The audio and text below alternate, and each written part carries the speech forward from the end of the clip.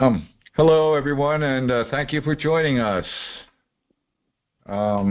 First, we'll start off with this exercise is for entertainment and educational purposes only. And I am just reading from an essay called The History of the American Experiment. Okay. And this essay is offered by the Union States Assembly historian. I don't know where I went back to my conference call where I could see you, and then that thing went away.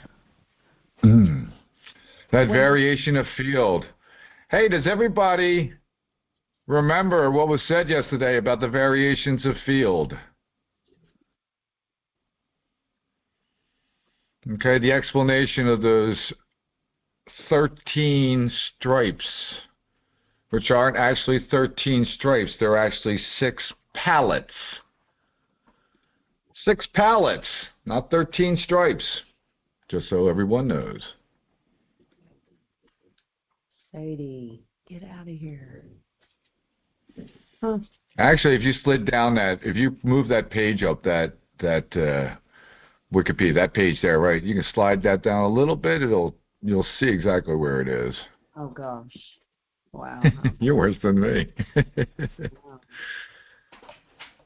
So I don't understand where it went. It just disappeared off my screen. We have the CIA inside our computers, folks. Remote desktops and all. So, hey guys, pay attention. You might learn something. Yeah, pay attention, guys. In the chat. Let your AIs figure it out. Oh, pieces of history. Oh, I sent you that yesterday, didn't I? Yeah, I had that open. Oh, yeah. 233 years celebrating the national emblem. Ooh, can you put that in the chat for everybody to go look at? That's a good thing to go read, people. That's a really, really interesting thing to read. In the chat, can you put the... Oh, you want me to put it in there? No, I can put that in there. If you can put the, what we are... Variations of the field? 78. Because it's just disappeared off my screen now. Oh, so you want me to put the history of what do you call it on here, right? The PDF. Okay. All right. Yeah. Yep, gotcha. No problem. Found it, and then I wanted to see you guys' face and be able to mute and all the things. Okay, gotcha. Hold on. And then it disappeared. Boy, this is all being recorded. Our fail. All right. Yeah. There you go. All right. There is the actual PDF, everybody. So everybody can go there and grab that PDF and read along with the folks at home. I'm just not going to do full screen. I did not write any of this stuff. I'm just a guy reading this stuff. I'm just the person with the annoying voice to read and drone on about this stuff. Drone on about history. So this is unionstateassembly.us where you can find this. Yes. Not our stuff. But it's interesting read. Yeah. Okay. It is an interesting read, folks. All right, so, we're back. All right, what page are we at? 17. We're on page 36.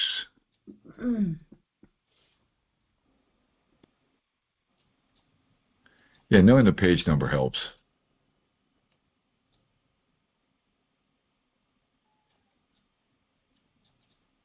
There we go. Okay. Alrighty, folks. Now, what's going to happen here is going to be what we're trying to escape, isn't it? Now, just everybody pay attention to what's being sold. This is 1778. January 21st of 1778. Number 1. the committee appointed to devise the effectual means to prevent persons disaffected in the interest of the United States from being employed in any office thereof, brought in report. Resolved that all commissioned officers of the Army or Navy of these United States, the commissioners of the Naval Board, the Quartermaster General, pay attention to these titles, folks, Deputy Quartermaster Generals, Commissaries for Forage, Forage Master, Commissaries for Stores, Deputies and Assistant Quartermasters, the Commissary General, and the Deputy Commissary Generals of Purchase and Issue, and their deputies and assistant commissaries, and all commissaries and other departments, all officers of the staff of the Army, the Treasurer, the Auditor General, the Deputy Auditor General, and all other auditors and commissioners of account, the Postmaster General, Surveyor and Comptroller General of the Post Office, Postmaster and Postrider, the Clothier General and his deputies, the Director General, Deputy Directors, all surgeons and physicians of the hospitals and the Army, and all clerks in every public office and department who are already appointed shall within 1 month after notice hereof, and such may be hereafter be appointed, and accept their appointment immediately thereupon previously to acting therein, severally taking and subscribing the following oath, or if one of the people called Quakers, affirmation, filling up the blanks with their names and office. See page 6972 for additional oaths, penalties for not taking an oath, etc. Wow, do you see how many generals are over there? And what happens when you have a general? Does that smell like some type of martial law? Number 2, resolved that every person in the service of these United States shall be answerable for and liable to make good all damages the United States shall have sustained or may sustain by his neglect of duty, embezzlement of public money or stores, or any other fraudulent practice which damage, and all debts or accounts due to the United States to be recovered in any court of record. Court of record, huh? Where the same is cognizable on the state where the defendant may be found at the suit of the Treasurer of the United States of America for the time being. Number 3, resolved that the executive power of each state be, and they are hereby requested and fully empowered to superintend and cause strict inquiry to be made into the conduct of all those commissaries to the Quartermaster's Department, or in any other civil department under Congress within their state, also arrest, imprison, displace, suspend all those in the above-mentioned departments who are under pay and render no adequate service or shall be guilty of peculation, misapplication of public money, embezzlement of stores, or live in idleness or extravagance in neglect of their duty, who in any respect conduct themselves unworthy of the station they fill, and to appoint others where such appointments may appear necessary, transmitting to Congress as soon as possible the names, stations, ranks of all those displaced or suspended, with the offense occasioning the names of those by them appointed. February 3rd of 1778, Number 1, resolved that the Committee of Commerce shall, from time to time, as occasion may require, recommend the Congress proper persons in their respective states to act as attorneys in each state for recovering all commercial debts due to the United States of America, for claiming the continental share of all prizes liable in a court of admiralty. of the state where they are respectively reside, and upon such persons be approved that the president execute letters of attorney to such persons respectively to be transmitted to them by Committee of Commerce. Nino.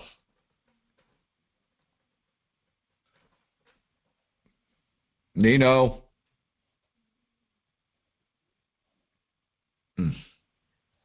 Did you bail on me? Okay, folks.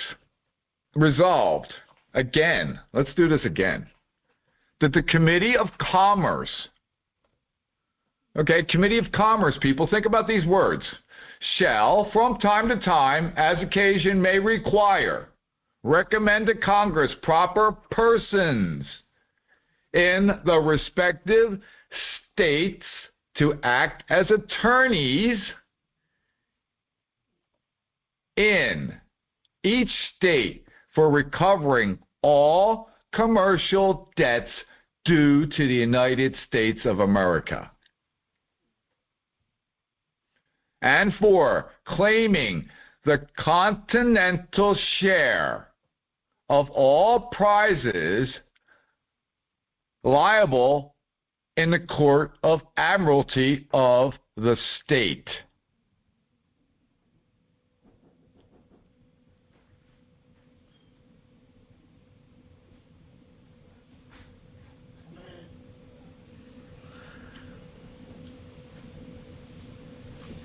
Where they, yeah. So this Yes. is called economic, conquest. This is what's talked about in the Silent Weapons for Quiet Wars. Is that correct? It's called conquest. Anyway, I yield. This is Brian. I'm sorry I'm late. Thank you. Oh, good, Brian.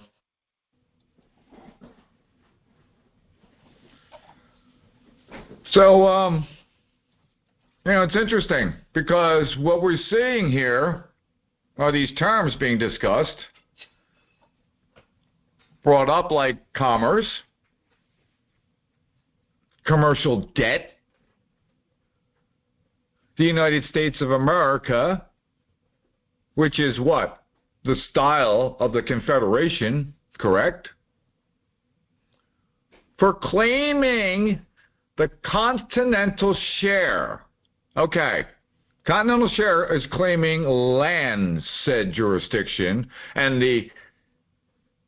the continental share of prizes liable in the Court of Admiralty of the state where they, it says A, respectively reside. And upon such persons being approved that the President execute letters of attorney to such persons respectively to transmit to them by Committee of Commerce.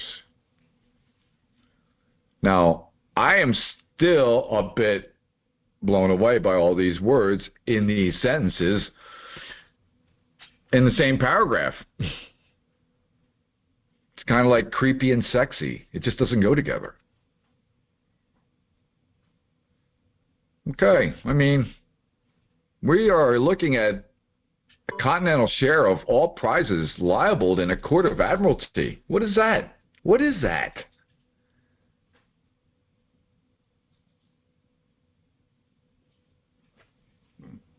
Moving on. Resolved that every officer who holds or shall hereafter hold a commission or office from the Congress shall take and subscribe the following oath or affirmation, see 114 to 118, for all oaths and affirmations for all persons holding any type of office of commission under Congress. I want everyone to pay very, very, very close attention to the words that are being used, especially the words like person. Okay?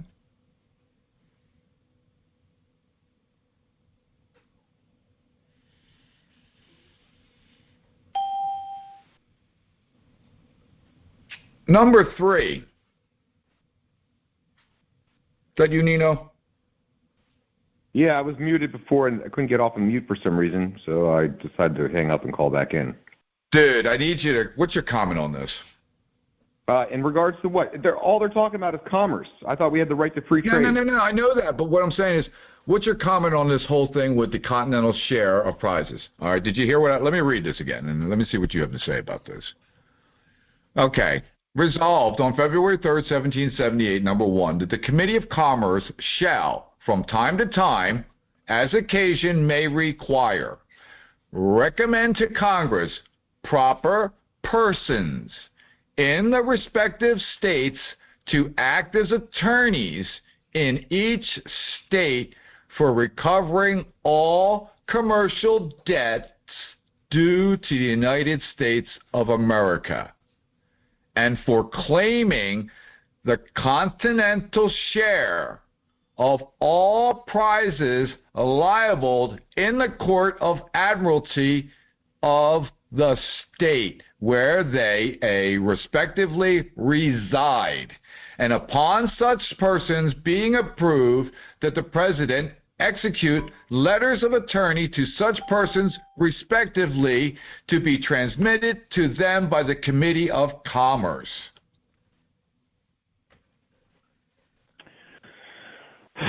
So, commerce. What are we talking about here? This is international. Mm-hmm. Okay, so essentially a committee of commerce. Is there a committee of trade too? Good question. I mean, if you want to have a committee of commerce, that's fine. Commerce is for international purposes. So every state is a country, and if any state does international business with another country, that would be considered commerce. Men and women have the right to free trade. So now you're talking about persons that are being representing a group of people, and this person is obligated to identify all the commerce that is owed to their country, like Pennsylvania or whatever state, right? And that country then reports to the president saying, hey, Connecticut owes Pennsylvania this much money. Ghana or Morocco owes Pennsylvania this much money, and now it's on the United States to go collect that. So this doesn't have to do with people, because they're listing out persons. They're listing out corporations. They're listing out commercial is international. Why is how did commercial become international? Right? Commercial became international because when we won the Revolutionary War, we didn't have a navy to protect our seas.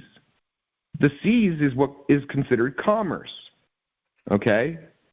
And why is the seas considered commerce? Because anything that we do with international companies or international governments or international countries, right, would be considered underneath commerce.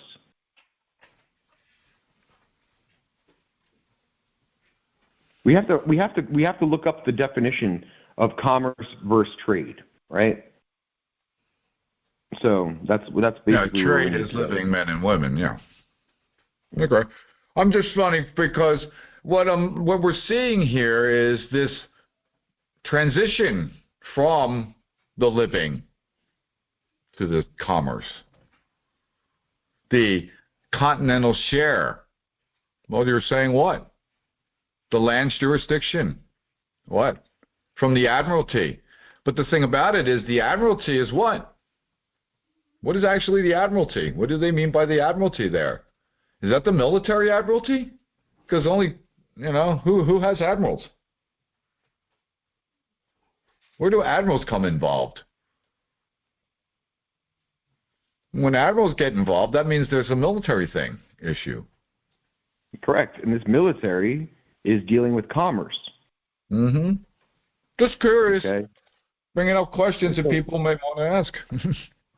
Yeah, so for example, more specifically, trade refers to the act or business of buying and selling goods and services. Okay? So, and commerce generally refers to the exchange of goods and services or something of value between businesses or entities, especially on a large scale. It often involves regulation, taxation, and laws governing. So essentially, when you use the word commerce, it involves regulation, taxation, laws governing economic activity. Okay? But when you use the word trade, it specifically refers to the act or business of buying and selling goods. So it almost sounds like they're the same, but one has different rules and regulations and the other one doesn't. And they know when they wrote this that they used the word commerce and not trade.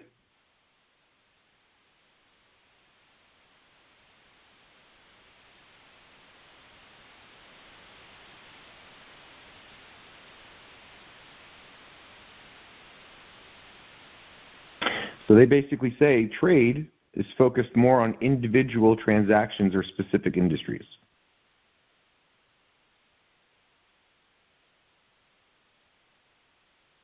You guys there? Yeah, I got you, man. Yeah. Well, yeah. So just I'm just, digest. I can't. It appears that they have a commercial committee, but did they create a trade committee? Mm. And how do they create a commercial committee before a trade committee? Well, it's interesting that how all this starts right at 1778 already. It's like already this bureaucracy is already being created. Not only do we have a bureaucracy being created, we have the creation of the military government. Yes. There it is, folks. Right there, 1778, the creation of the military government. So, all righty, let's move on to, what are we at, 1775, right? The fifth.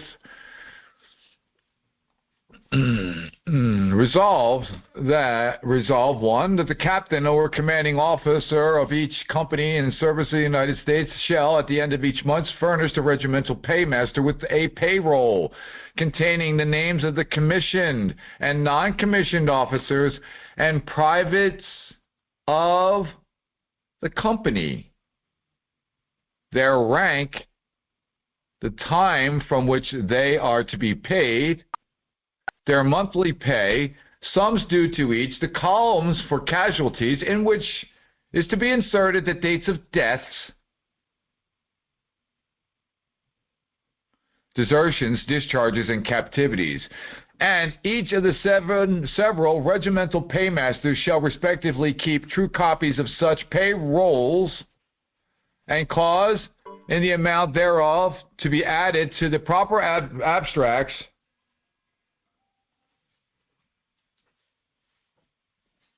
of field and staff officers, and the only may be examined as herefore ordered by Congress. All right. Nino.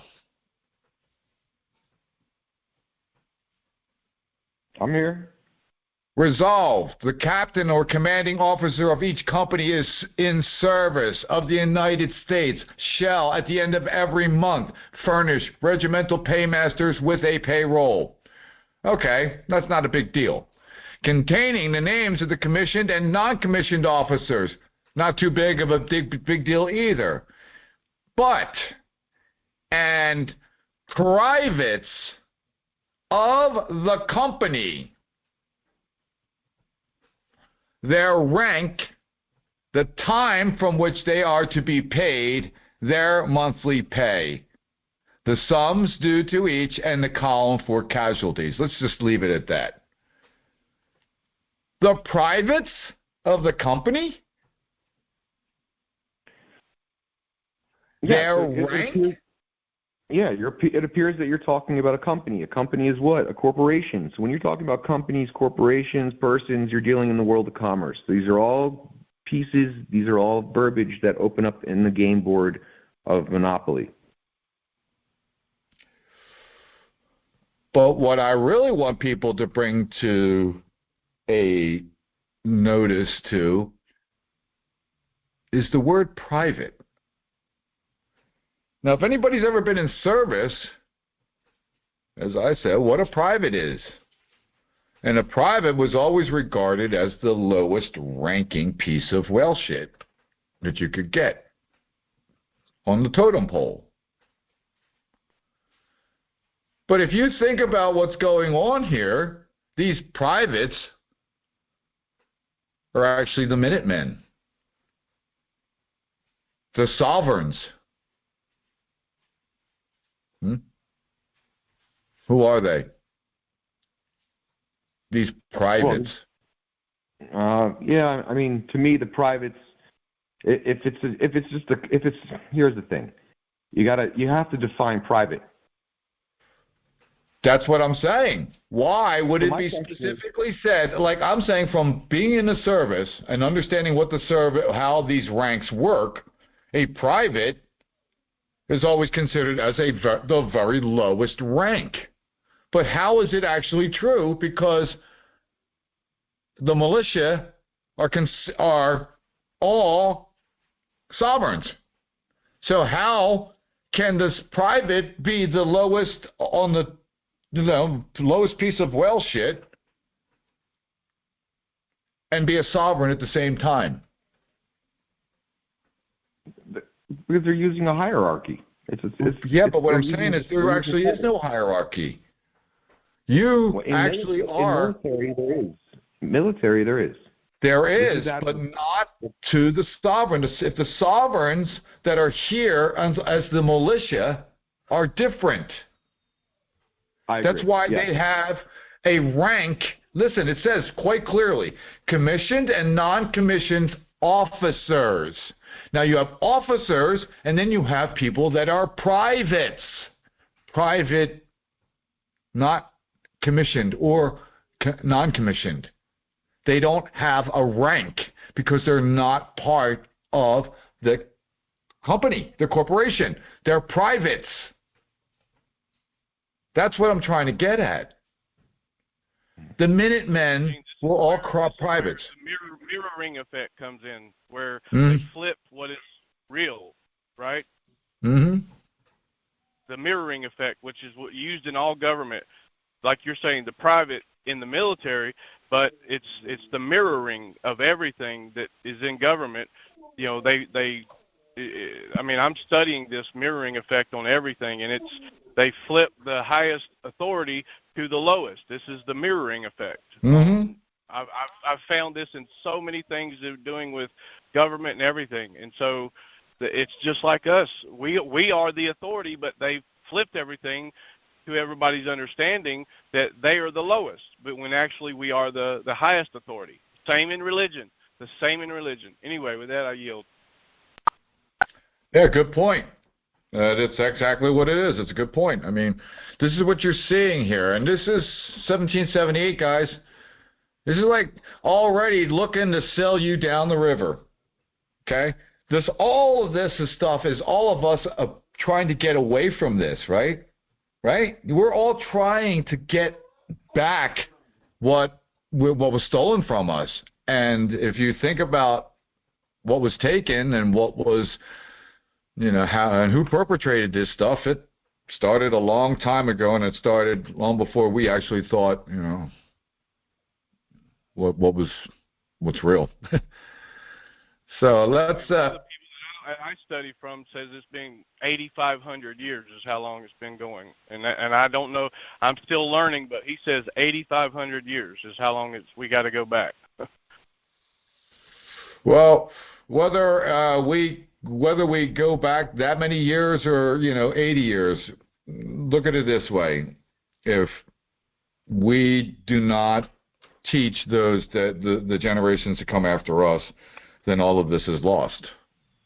That's all there is to it. So it behooves us, and it is our responsibility to bring this stuff forward and bring this stuff to the benefit of all living men and women. And as I said, as we are on this journey, we learn to accept this responsibility to be righteous living men and women. And that's what we are here to do, is to basically, accept that responsibility and carry it forward. Okay, and that's what. Do you mind if I read something on the point you were making before? Real quick. It says, it is patently impossible to discuss social engineering or the automation of a society, i.e. the engineering of social automation systems, silent weapons, on a national or worldwide scale without implying extensive objectives of social control and destruction of human life, i.e. slavery and genocide. This manual in itself is an analog declaration of intent. Such a writing must be secured from public scrutiny, otherwise it might be recognized as a technically formal declaration of domestic war. Furthermore, whenever any person or group Okay, that's enough of that. Okay. All right. That's enough of going that. to the economic conquest point. No, All right. we're in this discussion of the Articles of the Confederation, and this is written by our forefathers, and that's what we're addressing here. Okay. Very good. Sorry. Alrighty. So we are at February 6th of 1778. Number one, that a committee of 3 be appointed as a committee of intelligence with the power to extract and publish such parts of letters, papers, and intelligence referred to them as they shall judge proper. February 9th of 1777 resolved that it be recommended that the supreme executive power of every state to give an attention to the conduct and behavior of all continental officers, civilian and military. 2 governments, huh? On the land. Civilian and military. Says it right there. February 9th, 1778. Resolved that it be recommended that the supreme executive powers of every state to give attention to the conduct and behavior of all continental officers, civilian and military. So the land's jurisdiction has created a civilian and military government. Is that right? In the execution of their respective offices, that the said executive power be authorized to suspend pay and employment from misbehavior or neglect of duty within their respective states. Any officer or staff or other civil officer aforesaid not immediately appointed by Congress to make a temporary appointment in his place, if necessary, to remove such of the said civil officers as shall appear to be supernumeracy. Oh my God. Forthwith reporting in either case their proceeding to Congress that in case any reprehensible conduct in any other officer of the United States, it be recommended to the executive powers aforesaid to inquire into the circumstances of the case, and if the civil officer appointed by Congress to transmit an account thereof to Congress. If a military officer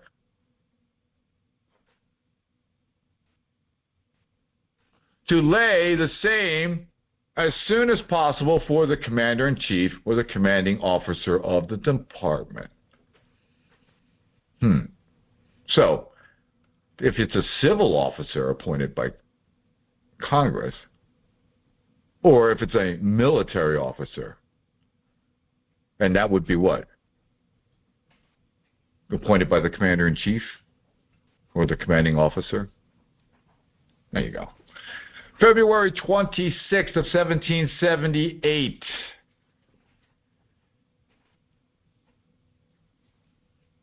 Resolved that it be instruction to the captains or commanders or privateers to annoy the enemy by all means in their power by land or water, taking care not to infringe on the laws of nations and the laws of neutrality.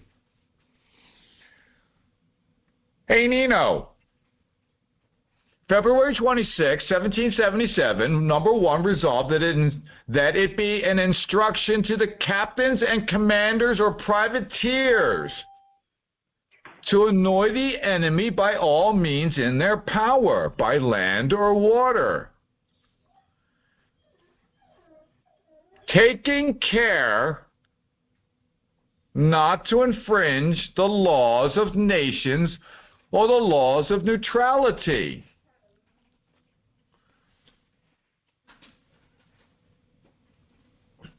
Captains and commanders, privateers. Nino. My dog just won't shut up. Okay. So, what do you think about this whole laws of nations and laws of neutrality, and who do you think that's directed to? Does that sound like they're talking to the Indians? Are they talking about like all the Indians that are living among us while they're trying to start this war? 1778. 3 years after the violation of the Cumberland Gap, so yeah, that sounds pretty, I mean, hell, how are you going to keep the Indians from fighting back if you're going to bring a standing army onto the shore, right? It's a whole Julius Caesar thing. Yeah. No, I mean, this is essentially, it appears that the Articles of Confederation are made for the military. Yeah, absolutely. So, yeah, and then essentially the 1787 Constitution, right? When they asked the question, "Is this a republic?" and the response from Ben Franklin was, "It is if you can keep it." Well, that tells me maybe the 1787 Constitution started off as a republic until they started adding the additional amendments.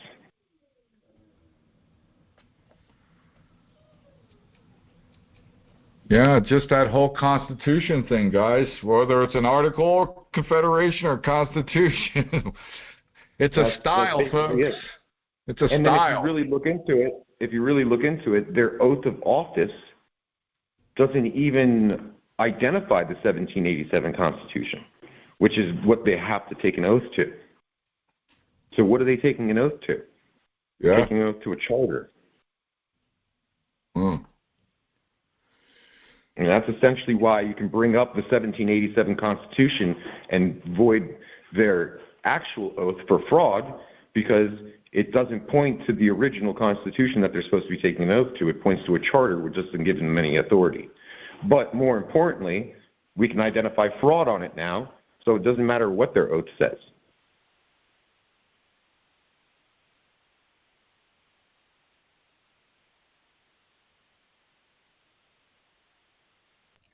Yeah, I hear you. Yeah, it seems to be funny. It's like you have to realize our country, born in a war? God, my dog just won't shut up. Does everybody hear him? Oh. Well, and that's really how, no, I can't hear the dog, but that's really how any country is born in war. Yeah. Because how does a country become a country? There's got to be some kind of revolution. There's got to be some kind of awakening, whether it's a civil war, whether it's a war between another sovereign country and a sovereign country that's being taken advantage, whatever the situation is, right? So the reality, your sovereignty is always challenged by other sovereigns. Yeah. How do sovereigns deal with sovereigns? Right? Well, it's war and conquer. You got a problem with me? You come kick my ass. That's essentially how it's done. It's war and conquer. Yeah. Now, whether it's done on a bigger scale, like two countries, or if it's done between two independent men, no different. Funny, people forget how Alexander Hamilton met his demise. How is that? Tell me. Didn't he insult Aaron Burr? Insulted Aaron Burr. Aaron Burr challenged him to a duel. Aaron Burr, I think Hamilton shot first. He missed, and Aaron Burr didn't. There you go. And that was an agreed upon arbitration. Mm-hmm. That's what sovereigns do. Swords or pistols. Yeah, I wouldn't be so nice. I'd just come at night. Yeah. Well, you have to be honorable, remember. So you can't. No, you can't. I'm more like George Well, no, Washington. you can do like the Indians because the Indians would have came at night anyway. So you know. Yeah. Didn't George Washington a sneak attack on Christmas Eve? Yeah, right across the Delaware, right at Washington's Crossing. We're in Bucks County, guys. Bucks County. All of that history, folks. Mm-hmm. All of that history. So, man, I'm gonna have to condone beating my dog, man. We don't hear it. Every time that they mention United States, I've noticed that it's lowercase v. So earlier, when we were talking 76, 77, did they ever say capital T, V, United States? I don't recall. But No, I don't see it though. No, they're very particular about that too. So, yeah, they're very particular. Yeah. It just makes us look at these things that just are being already proposed. March 12th of 1778.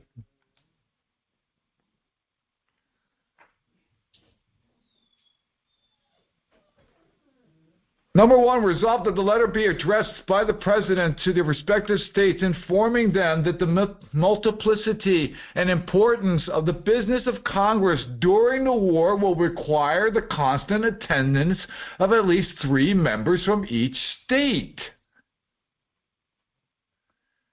Boy, I'm like having to be a delegate 24/7. That from the want thereof, the health of members is frequently impaired, and the public business is greatly obstructed, and Congress will request immediate attention to this matter of great moment.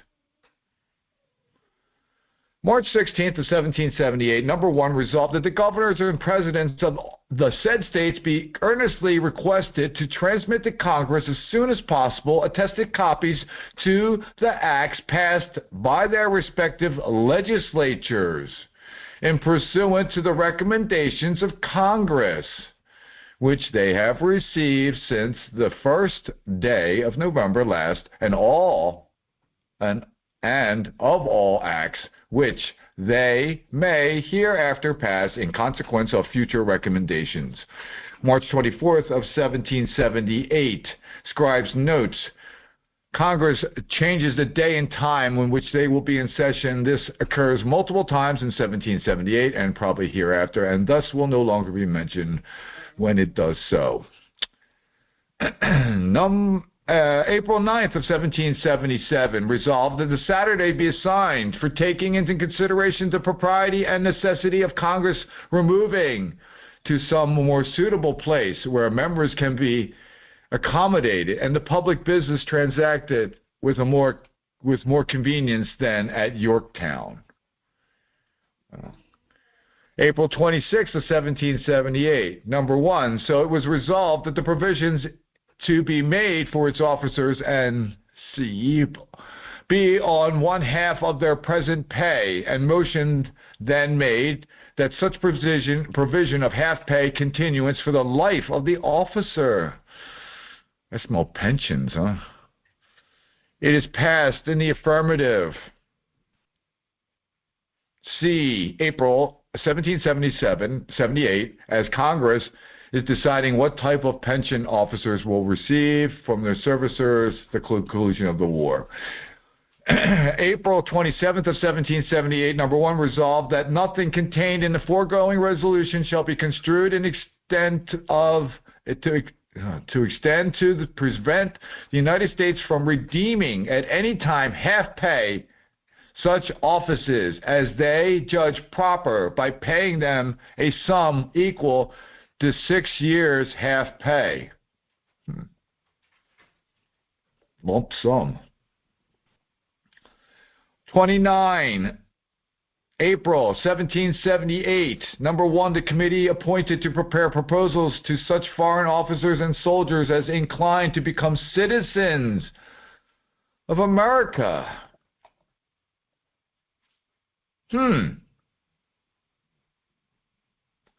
Citizens of America.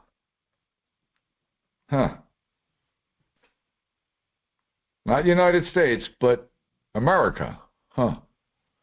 Brought in report, which, being read and amended, was agreed as follows. See pages 405 to 409. Resolved, it be recommended that several states who have vacant lands to lay off with much expedition as soon as possible a sufficient quantity of land to answer for the purpose or purposes expressed in the foregoing address, for which lands no charge is to be made against the United States.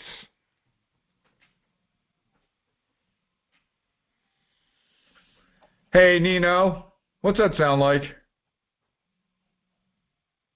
It sounds like they're recruiting their foreign officers that lost the war to become U.S. citizens.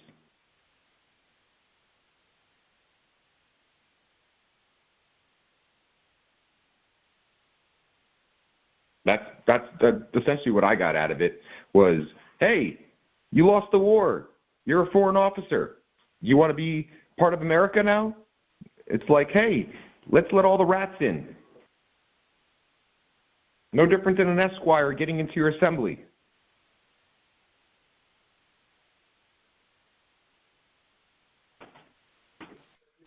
Well, if you have an esquire in your assembly, I would ask for that esquire's oath of office and say, hey, was that oath of office rescinded by you? Being retired.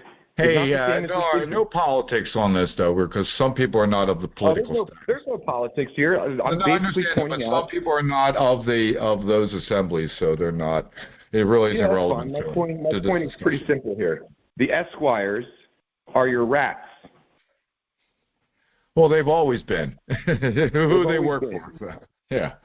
Okay, so you got to realize if you're dealing with an esquire, retired or not, they have a duty.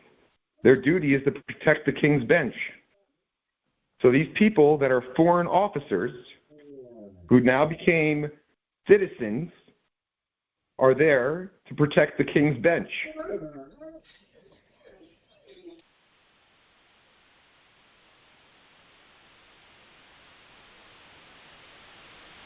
And what's the definition of bench? Does anybody know the definition of bench? Thanks. There you go. What was that? Just like Anna said, they turned all the states into estates. The definition of state is a state. And that's why they changed it to the state of Pennsylvania. It's the estate of Pennsylvania. It's the estate of Arkansas. It's the estate of whatever state you're in. You're dealing with commerce. They're creating commercial entities. These are all titles.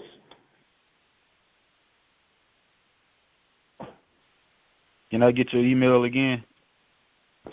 And so the reality behind this is, yes, this country was created and born in war, right? But then when we had our Civil War, right, which is just a domestic discussion, essentially, a domestic dispute when you have a civil war. That Civil War discussion. Well, yeah, I mean, how do you war against your own country? How do you war against your own country? They call it a civil war. Discussion with bullets. Well, yeah. If you can't get words out, the only other option you have is to start shooting each other. It's like, what the hell, man? Yeah, I got you, so man. I know it's just funny when you hear this stuff. It's like, yeah. I mean, that's what's happening. If you fast forward here, right? Yeah, we went through the Revolutionary War with another country, but then when we decided to have our Civil War, right? What was really occurring? We were creating a government or a sovereign country through our Civil War. But the reality is, what happened during the Civil War? We got conned again in believing that we're all U.S. citizens now. But the reality is the definition of a U.S. citizen is a freed slave. And last time I checked, all the freed slaves were a certain color. So my question to you is, are there any freed slaves today? Yeah, but No. hold on a second. Wait a minute. That whole nonsense about the free slave that applies to a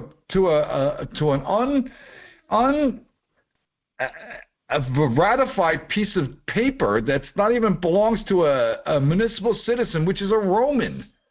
Like, look, Correct. The Constitution comes back down to, hey, which citizen are you addressing? The Roman, the Brit, which one? Okay, so Yeah, I don't absolutely. care about anybody's reflection of color or this crap about. All I care about is who the hell is that jurisdiction. So Yeah. And the when problem these people want to try to make this some kind of nonsense with, because I wrote it in there, well, the thing's not even valid to begin with. So I'm not entertaining it. Yeah, you can't entertain any of this. The reality comes down to what? The reality comes down to, why are you calling yourself these things? Yeah. Why are you calling yourself a U.S. citizen? Why are you calling yourself a citizen? Why are you calling yourself a state national? Why are you calling yourself all these titles? No. You Yeah, have one great. status. You have one status. Your status is a man or a woman. A woman is a You're man, living man or a woman. Yeah, agreed. That's it. That's your status. If you start telling me you've changed your status, that means one thing to me. You went through some chopped up. Yeah, you're not allowed to say that stuff. Oh wait, well, are we? We're allowed to say that stuff. Okay, good. I can say whatever I want. You know I'm messing with you, Nino. No, I absolutely. Listen. I have nothing but love and happiness in me. The reality here is, you have to give the people the truth, and if they can't handle the truth, yeah, it comes off being mean and arrogant and up. But the reality here is, I have to tell you what the truth is. If you can't handle the truth, that's not my fault. Yeah. And you'd rather hear the truth from me than me showing up at your home telling you the truth. Yeah.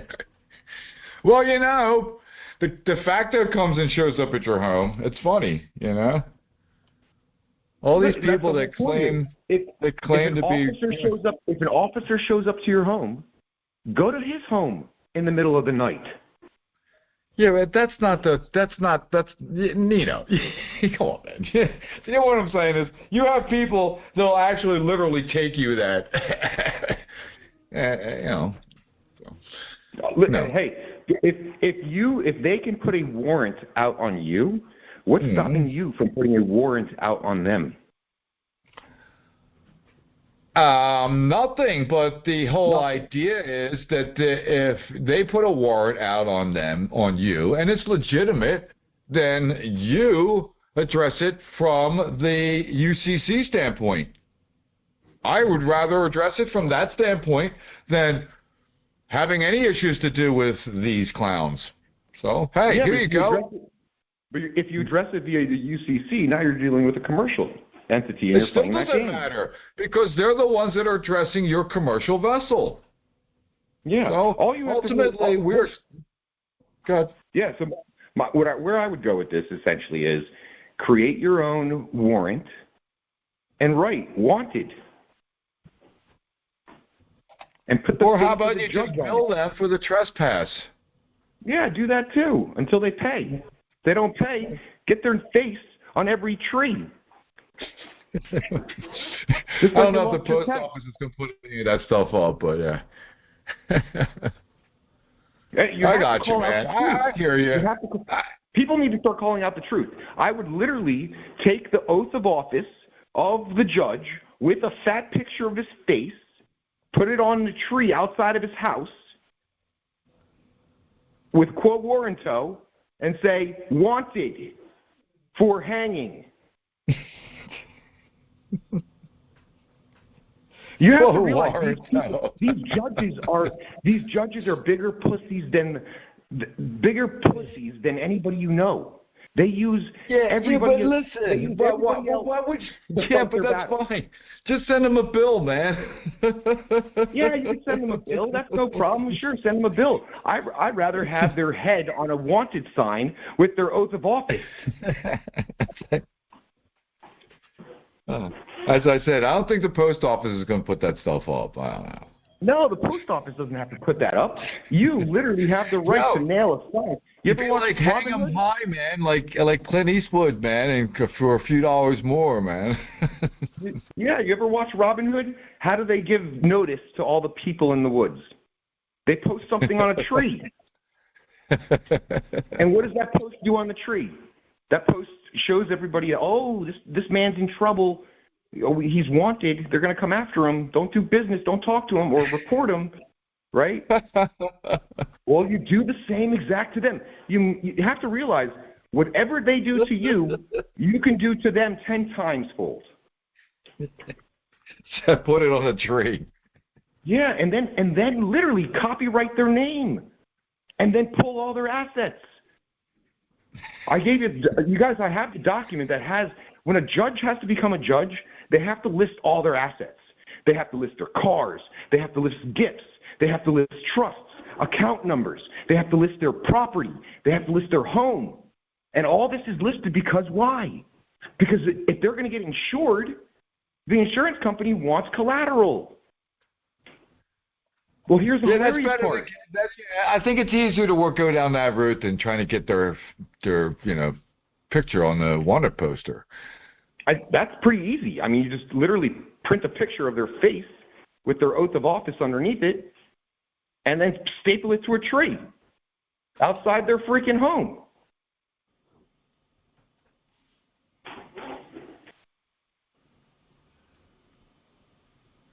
I mean, this isn't going to stop. The rats are not going to stop. The judges aren't going to stop. The esquires are not going to stop.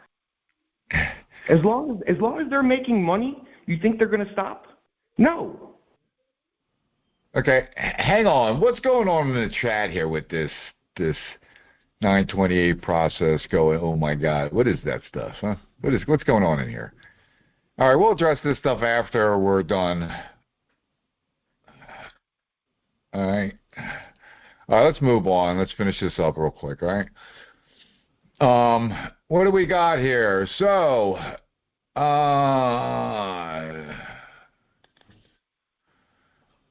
resolved.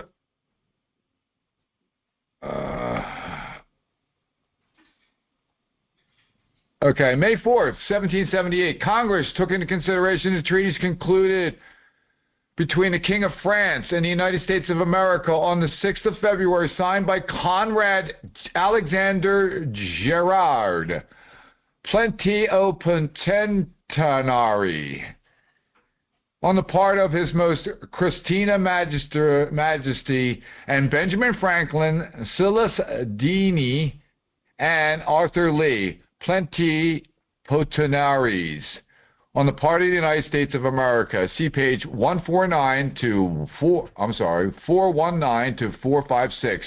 Number 2, resolved unanimously that the same Treaty of Amity and Commerce is hereby ratified. Number 3, resolved unanimously that the same Treaty of Alliance be hereby is ratified. Number 4, resolved unanimously that the same and at separate and secret be hereby is ratified. Number 5, that the Congress entertain the highest sense of magnanimity and wisdom of the most Christian majesty, so strongly exemplified in the Treaty of Amity and Commerce, and that the Treaty of Alliance be entered into the part of His Majesty, which these United States at Paris on the 6th day of February last, and the commissaries or any of them representing the states or the court of France are directed to present the grateful acknowledgments of this Congress to His Most Christian Majesty for his truly magnanimous conduct representing these states, and the said generous and disinterested treaties and to assure His Majesty on part that this Congress, and it is sincerely wished that the friendship is so happily commenced between France and the United States may be perpetual. Okay? I'm going to say that again. The friendship so happily commenced between France and the United States may be perpetual. That's an interesting statement. May 5th, 17th. That statement's an oxymoron. What's the definition of perpetual? Never ending. Definition of never ending. Maybe never ending? It's sincerely, it's wished. It's wished that it be never ending. Yeah. There you go. May 5th, 1777, a formation of ratification was officially signed by Congress respecting the treaties with France. Do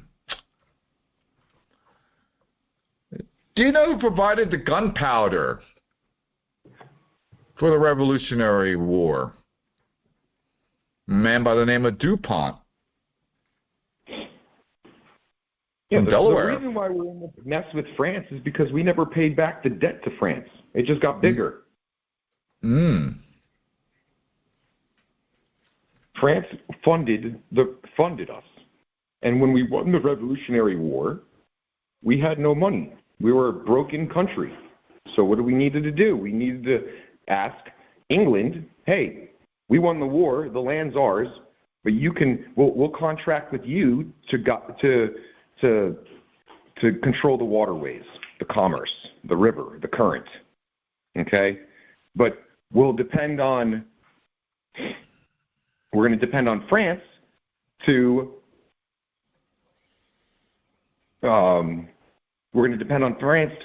promote the fundings that we need.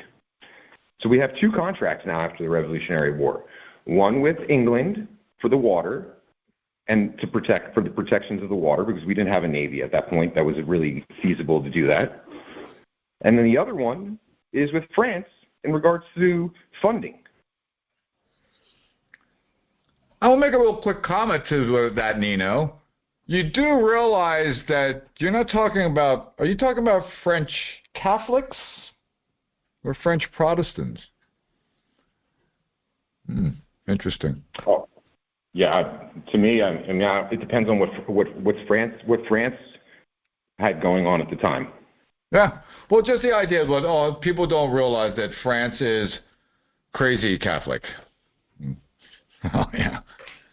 Well, and to where England is supposedly they're, Catholics undercover.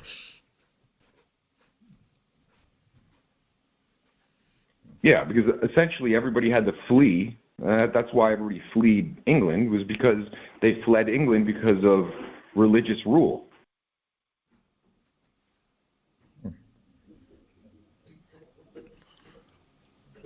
Oh. So that's why. So you could see why France helped us. Why did France help us? Because essentially they wanted the Catholics to continue on. And if England wasn't promoting Catholics and they were outcasting them, and that's why you had the Mayflower, right? People came because of religious prosecution. Well, if they were being prosecuted because they were Catholic, yeah, that tells you that the Catholics in England had to hide unless they got to America. Mm-hmm. Or you never know who was needing to get to America. I mean, or is that actually the narrative? So, a lot of times the narrative was anybody that was being prosecuted in England wanted to flee. Mm-hmm, the majority of people that were being prosecuted for religious purposes. That's why they all jumped on the Mayflower. You got the Pilgrims, right? Well, you had both of them, Pilgrims and pagans too. So it was not just it was just basically persecution by would have to be the Roman Catholic Church, because I'm sure at that time there was that backlash against them all. So wouldn't be so strange. sometimes we just should look at some things that are going on in history and just realize what they used as vehicles for these upheavals. How did they create these countries? With wars. Wow, what the hell? So I said, how'd you get a standing army on this continent to defeat the Indians? How? You started a war amongst yourselves. Right? Then you got one half to side with the other half. You divided and conquered them. And once the French lost the war, what happened then? Then the British territorial colonists decided to rebel and have a revolution.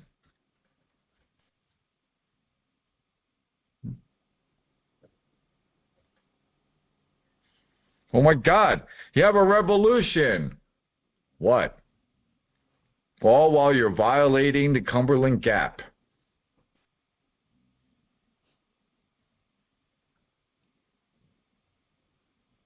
How come there was no violation of the Cumberland Gap all this time?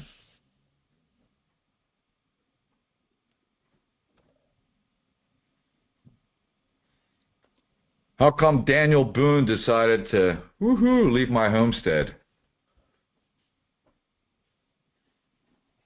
Just drive down to Pennsylvania, I don't know, is it Northeast Extension, is it? Or is it at the, no, it might even be it's the Turnpike, yeah.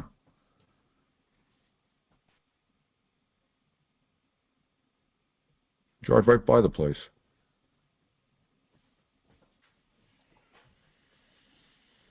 Okay, what do we got here?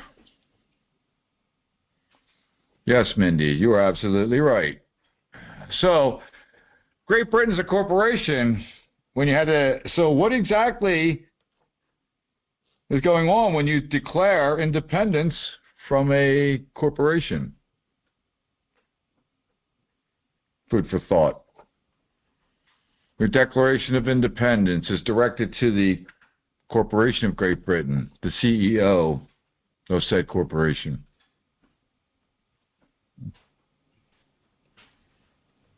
So from one jurisdiction to what? Another? From one style to another? One barrier to another? It's painful, isn't it? God. Oh. May 5th, 1777, the formal ratification officially signed respecting the treaties with France. May 8th, 1777, the scribe's note. Address to be read to the inhabitants of America was drafted and agreed to basically a State of a Union type address.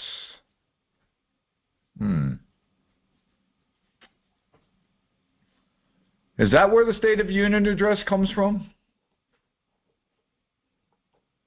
May 5th, 1778, resolved unanimously that all military officers commissioned by Congress who now are or hereafter may be in the service of the United States shall continue therein during the war and shall not hold office.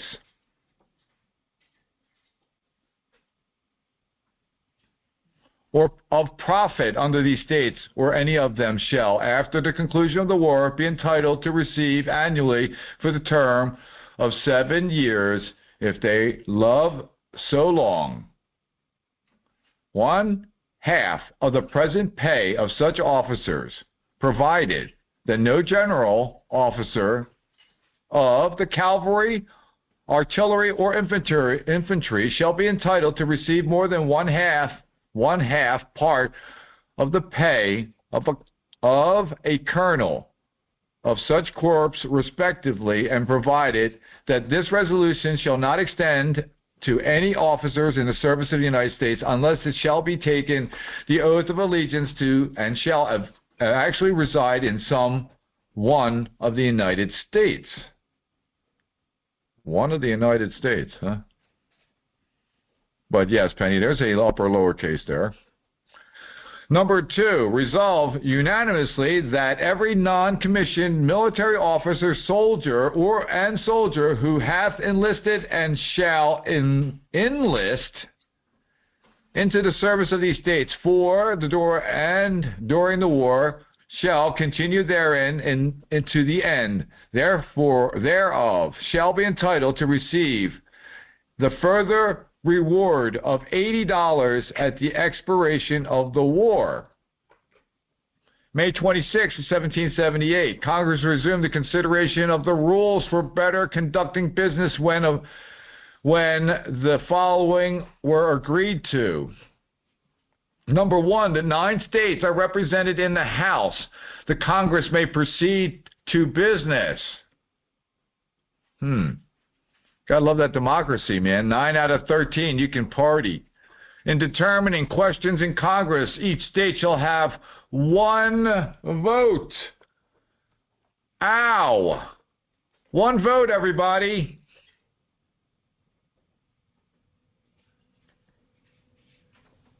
Think about what that means. You're agreeing to this rule that every state shall have 1 vote. Well, based upon that logic, would that not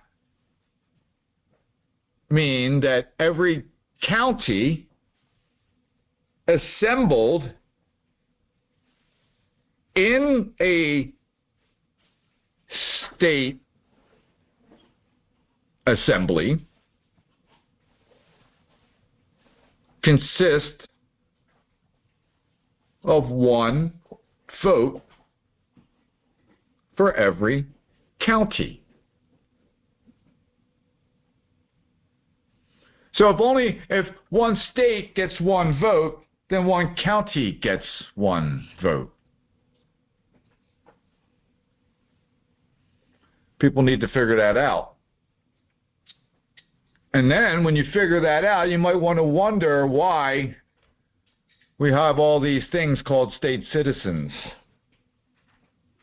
Because how is that actually possible? It's like saying, hey man, we got all these Continental Congress people running around. We got all these British territorial U.S. Congress people running around and all these other people running around, or persons running around. I'm sorry, those are persons running around. So people should just question what's going on here. I mean, no member shall read printed paper in the House during the sitting thereof without leave of Congress. Okay. I guess you're not allowed to play on your phone. Number 4, no member shall speak to another or otherwise interrupt the business of the household, the journals or the public papers are reading for the information of Congress, or when any member is speaking in debate.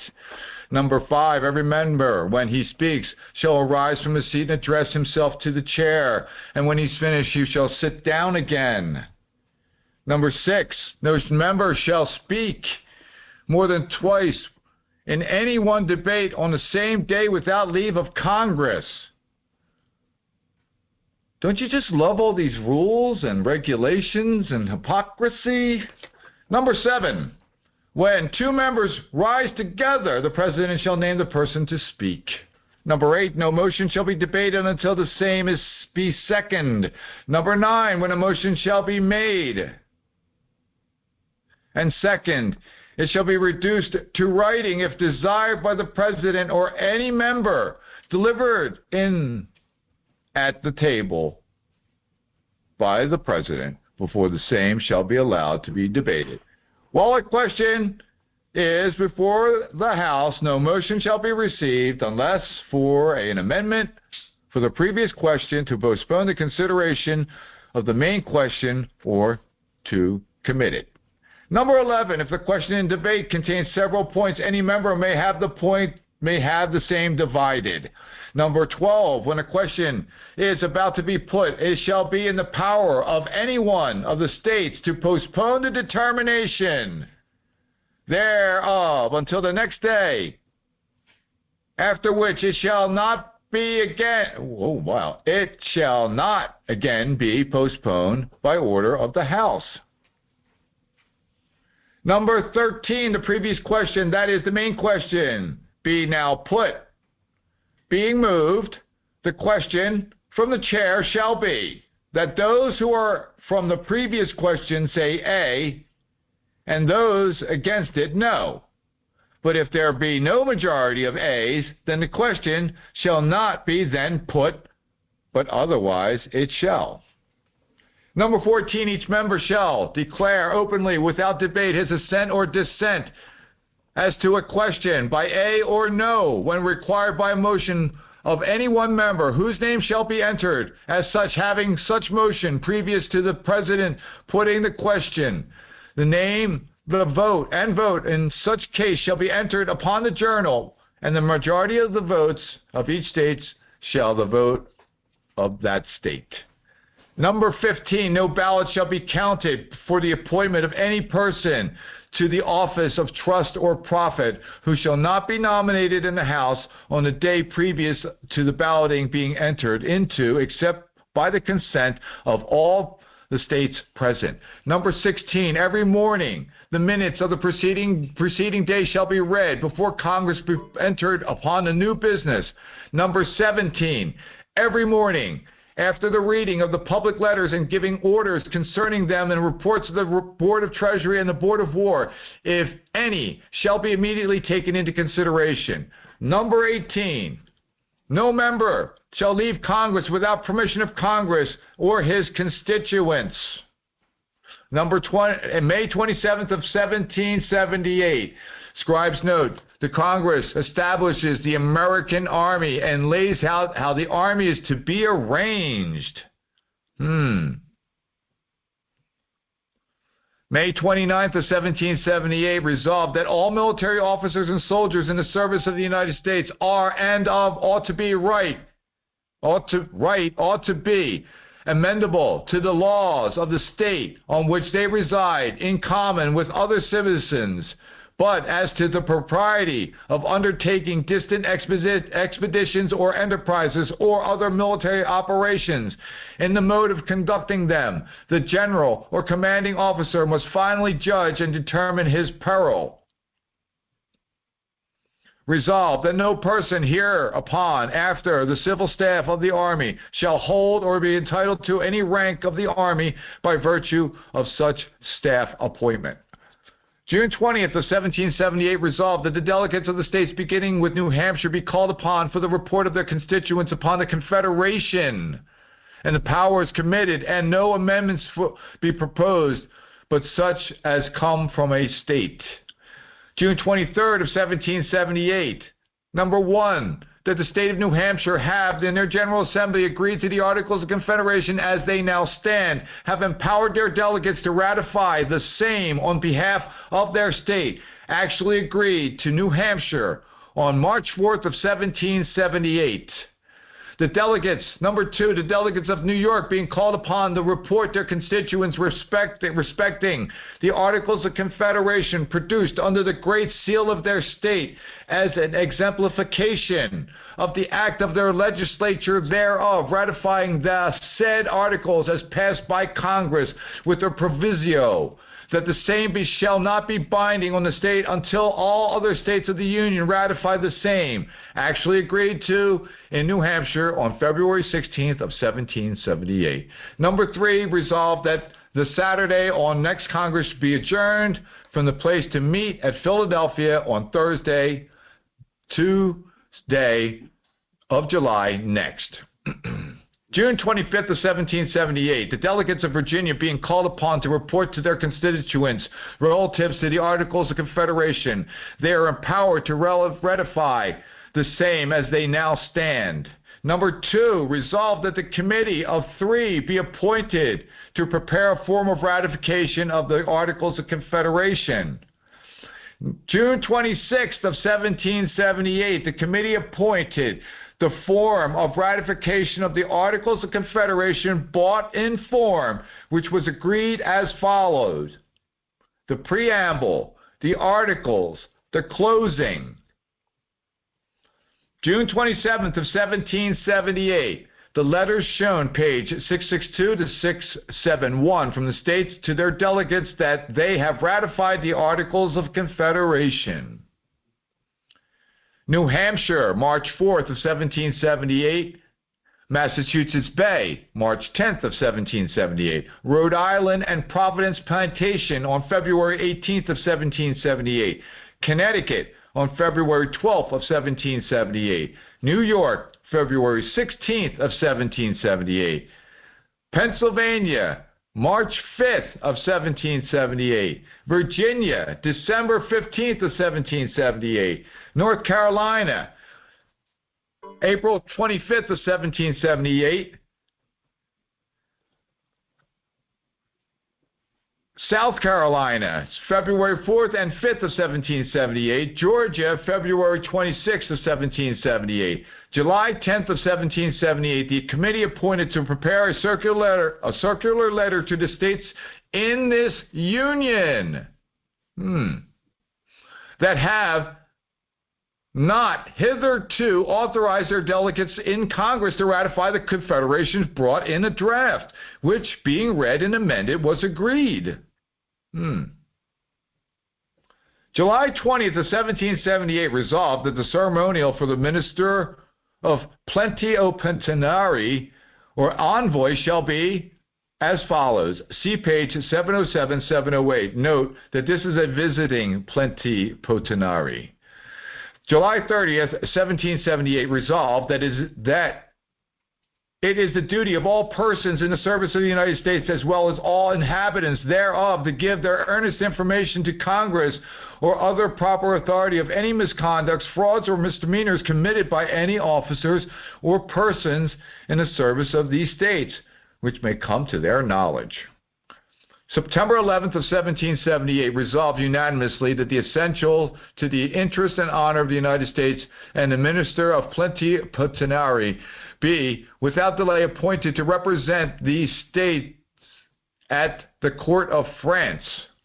Resolved unanimously, tomorrow be assigned to electing a Minister of Plenipotentiary at the court of France. September 25th of 1778 resolved that every commissioned and non-commissioned officer and private man, whoa, there it is, Nino.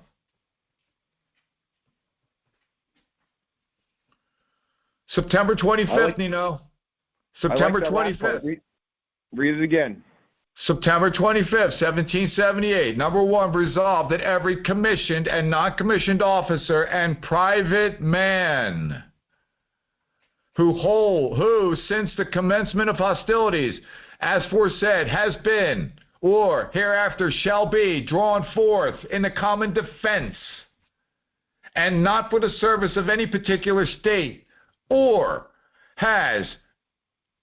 who has turned out, or shall hereafter turn out, voluntarily to oppose the enemies of the United Colonies or States, upon sudden attack or evasion, or upon any enterprise carried on under their authority, and in such service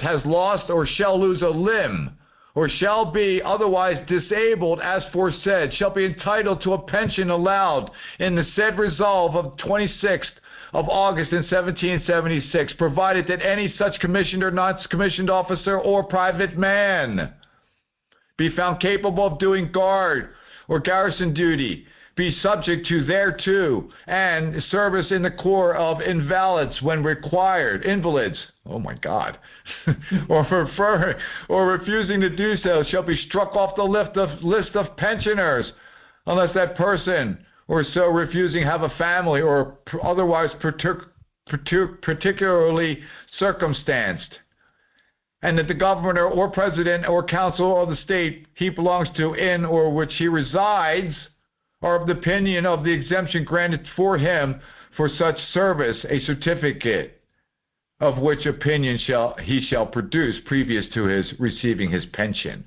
And whereas it may happen that many persons maimed and disabled as foresaid by reasons for them falling into the hands of the enemy, the deaths of their officers and surgeons or other accidents may not have in their own power to procure the certificates required by the aforementioned resolve to entitle them to their pensions.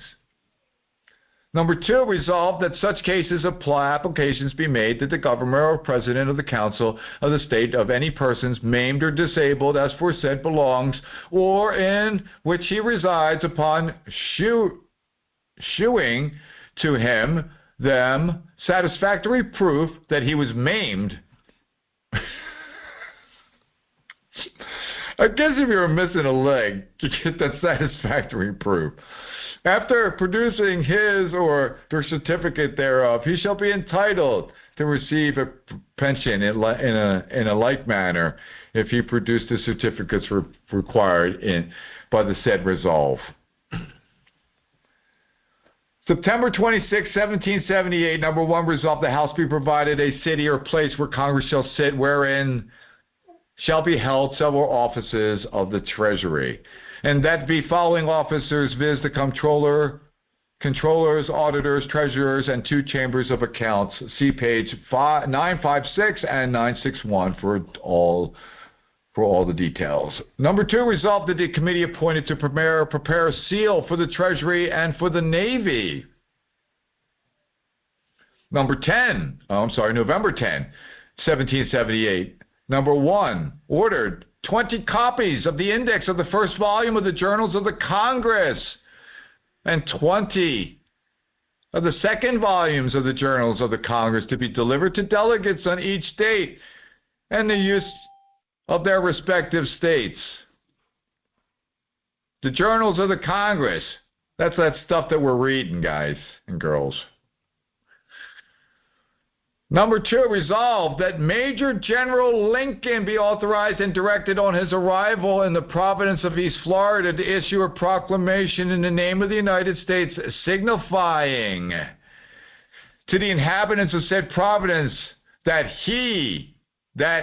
as he has not come to destroy, but to protect the inhabitants in the enjoyment of their rights and property.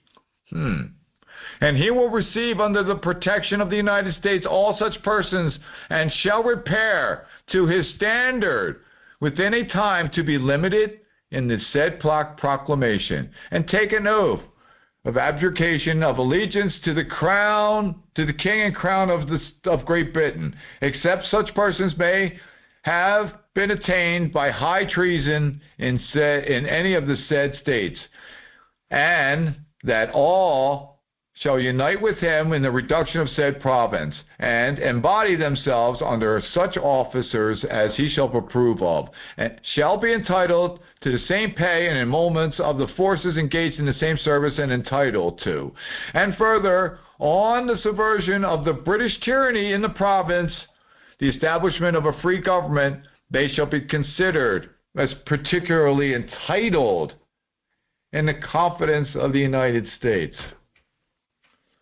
Particularly entitled. November 24th, 1778. When the settlement of ranks in the Army of the United States has been attended with much difficulty and delay, in as much as no general principles have been adopted and uniformly pursued. Resolved, therefore, that upon any dispute of rank, the following rules shall be hereafter observed. Page 1154 to 1158. November 26th of 1778. Number 1, in pursuant to the powers granted to them, the delegates of New Jersey signed the ratification of the Articles of Confederation and Perpetual Union. All right, folks, that is it for 1778. That's a whole lot of, oh my God, what happened in 1 year from 1777 to 1778. So Nino. What's the definition of a private man? What do you think? A sovereign, don't you? I would say No. a sovereign. No, because they're addressing the private man to have privilege for a pension, and the privilege for the pension. Oh, you're right. Blown off. You're right. Yeah, I'm going to leave you for a second. You got the floor. So when you talk about private man, everybody, you got to stop using adjectives. Stop using the color of law, and just use the law. Civil law, that's a color of law. Martial law, that's a color of law. Any kind of constitutional law, that's a color of law. All of these things are colors of law.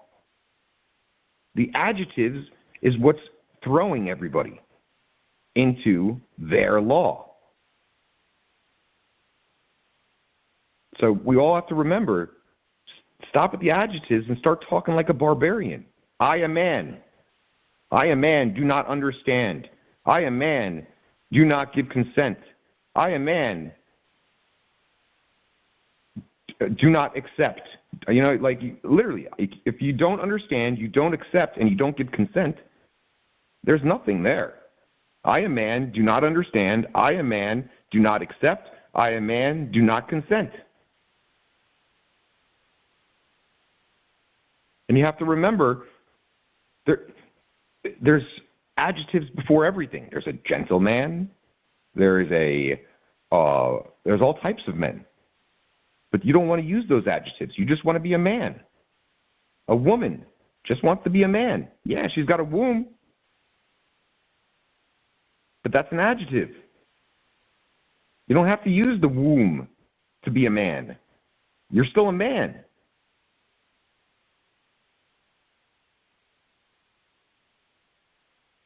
So when we talk about when you hear an adjective before the word man, you got to question it. You have to be like, okay, that's not a man. They're talking about a coloring of a man, whether it's a policeman, and then as time progressed, they took it even further. They turned policemen into what? Police officers. They turned firemen into firefighters. Right? They turned assemblymen, right, into persons. So essentially, what they're doing here is moving you down the totem pole with all of these adjectives. If you remove the adjectives, the coloring, then you point out what? The law. Not any kind of particular law, the law. And the law is simple. You're the law. Your notices determine the law. If your notice says, don't park here, you can't park there. It's the law.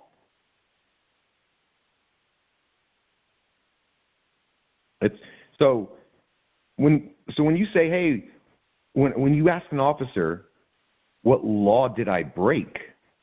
It puts them in a bind. Why? Because they cannot tell you something that's law when it's not law. So if an officer comes back and tells you a code or a title, the first response back to that officer, it appears to me that you're telling me something that's law that's not law. And that's against the law. You can't tell me something that's law that's not law. Are you attempting to use force, fear, and intimidation to get me to do something to benefit you or a third party? Because that's against your own color of law. If you want to talk about Title 18, 242, and 245, those are the laws that you are required to obey. I didn't choose that law. My choice of law is simple. I, a man, create the law.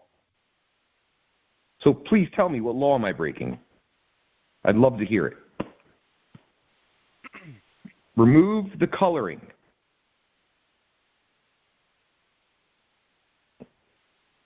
And where are we getting to with all of this? We're getting to the fact that there is no law, because everything that's built in fraud is vitiated.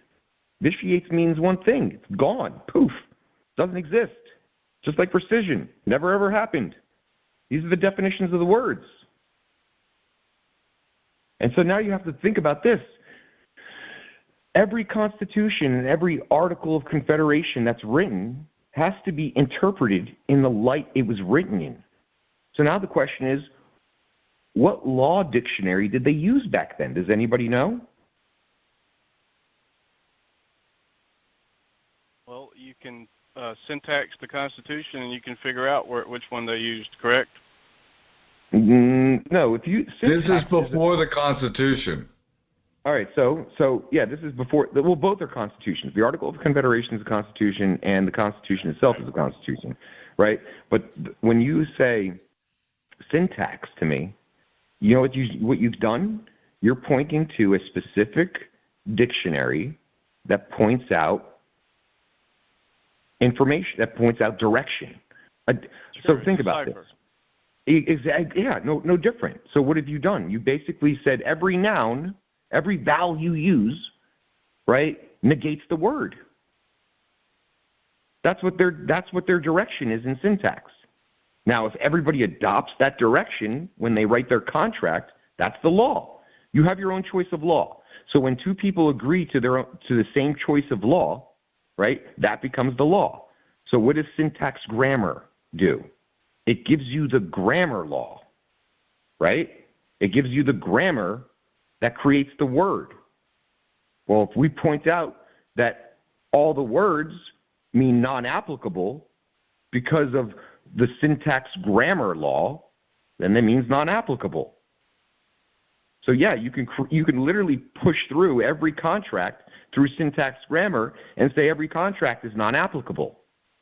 No different than what we're doing with Eugene with mixed and multiple jurisdictions. We're pointing out, hey, you can't operate in two jurisdictions at the same time. That's fraud. Non-applicable. No different. I got a question. Are you on the assembly, Nino? Me? Yeah. I joined the assembly in 2020, and then I got pissed off at everybody. Well, pissed off at the coordinator and the chairs, and then I kind of went off on my own and just basically did my own thing. And then I met up with. Because whenever I first joined the Georgia Assembly, I know syntax. I know the stuff you're talking about, not using the adjectives, but they told me that doesn't apply here. So I said, okay, I'll learn your way. But it's difficult for me because of what I know. The parse I know how to parse. I know how to syntax, and I had to know how to break down the grammar. But yeah, so what you've done by learning that, not to do that. Yeah, but what you've done by learning that is essentially how to write where your words can't be misinterpreted. Syntax grammar essentially is a mathematical equation, right? And we all know that a mathematical equation can be completed from left to right and from right to left. Right to left. So right. when you turn the grammar and the words into a mathematical equation that can be comprehended from left to right and right to left, what have you done? You've removed all the controversy. The whole point of anything being written the whole point of this is controversy. That's why you got to stay clear of words that you don't know what the definitions are. And here's the hilarious part. In order to write contracts correctly, use your book of synonyms to take the incorrect word and use the correct word, and use your book of synonyms, and you can write a correct contract. Correct? Correct. 100%. Yeah. If you can write a contract that doesn't have any controversy, then you won't have any kind of controversy. That's it. Oh. And that's what that is about. It's about creating a contract that's mathematically sound. That's what syntax grammar is about. No different than saying, hey, I'm going to give you this Monopoly board, okay? And when you open the Monopoly board, what's the first thing that you see? It's the pamphlet of directions, okay? So syntax grammar, when you open up the syntax grammar board, you've got directions. And those are the directions that everybody agrees to, right? You're all opening up this game board together, and you're all reading the directions together, and then you start playing together. What have you all done? You've all agreed to the law of Monopoly, or the law of whatever board game, or the law of syntax, or the law of civil rights, or the law, if you want to call yourself a farmer, you have to abide by what? The agricultural law. So, okay, so every title that you use. Meeting, this is just a litigation meeting. This is an assembly meeting then, because I'm I'm sorry, I'm confused because I know all the things you're saying, and I agree with you. I just was told I had to put that to the side to learn the assembly way, or the way that the TASA does things. So I'm glad to hear you saying these things, because that's you're saying exactly how I feel. So anyway, I don't want to take up too much time. No, you you're not taking up any time at all. This is you important. gotta have to listen. You can't sit there and say you're going to handcuff yourself as a living man. Nobody does anything like that. And for anybody to tell you, to dictate to you that you should give up something that's called an unalienable right. Unalienable right. Let's get this stuff straight, people. Nobody gives up these rights for anybody. Yeah, and that's so where it starts. And so essentially what you pointed out to the assembly is truth, right? But the problem is the assembly's playing what? A different game. So you're going into the assembly playing the syntax grammar game, and the assembly's saying, we're not playing that game. Right. Well, they use the term, we use plain English. I'm like, hold on. Okay, let's look where the word English came from. And that's a whole other game. I'm like, yeah, well, that's my point. And so here's the hilarious part. So when a coordinator or somebody says to you, we're just use plain English. Okay, where are the definitions to these plain English words? Exactly. You cannot. Well, I love to tell a judge this. Until we have agreed upon definition of the words we're using, Your Honor, we're both babbling. So I can't understand you. You can't understand me. I can't accept anything, because there can't be full disclosure if we're just babbling at each other. Right. 2 + 2 = 4. How do we resolve this babble? There needs to be a agreed upon constitutional definition. So okay, all right. Anyway, so you're not allowed to use that word. With using your arguments, in court, and you've been successful with this. Yes, I've been successful with this, where I've literally went to the courthouse handcuffed because of a support warrant. And when they handcuffed me, brought me in there, the first thing I did was I say, I need to know who everybody in this room is. Would you please tell me who everybody in this room is? Then they pointed out the public defender. Oh, this is the public defender. Well, I don't have a contract with this public defender. I never spoke to this public defender before. It appears to me now that she's making legal determinations about me without my consent. You're fired. Golly, man. I did the same thing, and I got escorted to a cell and said that they were going to do a mental health evaluation. They didn't give me a choice. Okay, so when they give you an offer in court, and they say, hey, we're going to give you a mental health evaluation. I accept your offer for a mental health evaluation, and I return your offer for a mental health evaluation. You're not going to use force, fear, and intimidation to get me to do something to benefit you or a third party, are you? Wow. Everything's an offer. Everything is an offer. You have to get this through your head, people. Everything is an offer. I agree. Okay. It's offer and acceptance. Offer and acceptance. No. Offer and acceptance. Offer and either accept or do not accept. Do not consent. Well, yes, or you can stay in honor. So here's the thing: the definition of honor, right, is related to the definition of dishonor. Okay, to dishonor something is failure to accept. To be honorable is to accept, right? Okay. So when you accept an offer, right, you basically say, I accept your offer for this mental health evaluation, and I return your offer for this mental health evaluation. You're not going to get me to do something that doesn't – are you going to use force, fear, and intimidation, Your Honor, to get me to do something that benefits you or a third party? Wait. Okay, so saying I do not consent or I do not accept your offer is putting you in dishonor. Correct, because you're not accepting. My. You have to remember this. You're rubber, they're glue. Everything that you say bounces off of me and gets stuck to you. So start remembering this word. I accept your offer and return your offer. I accept and you have to repeat what their offer is. So you have to pay attention in court. That's why it's difficult in court. That's why I say you don't have to go to court anymore. Just send in the fraud and attack them that way. If you think you're going to go in there and beat the judge up, that's silly. I mean, yeah. We do that stuff, but we don't recommend it. Hold on. I only do it when they kidnap me. Yeah, I mean, we're not doing this because we have some ego with these guys. No. I agree. I'm doing this because of them destroying people's lives, and something's got to be done. That's why I'm doing this. Okay, so this is if you want to destroy the judge's life, this is what you do. Ready? There's something called the United States Court of Fraud. Start there by filing a complaint with the judge. Okay? Exactly. Then after that, go to Brady List on Google, Brady List for your state. Pennsylvania Brady List, whatever state. What state are you in? I'm in Georgia. You said Brady List? Brady List. I'm going to look up the Georgia Brady List right now. Georgia Brady List on Google, right? And let's see what comes up. And there it is. It's the Georgia. B-R-A-D-Y? You got it. Yep. Okay. All right. Okay, it's right there. It says the Georgia Brady List includes all known issues of police misconduct.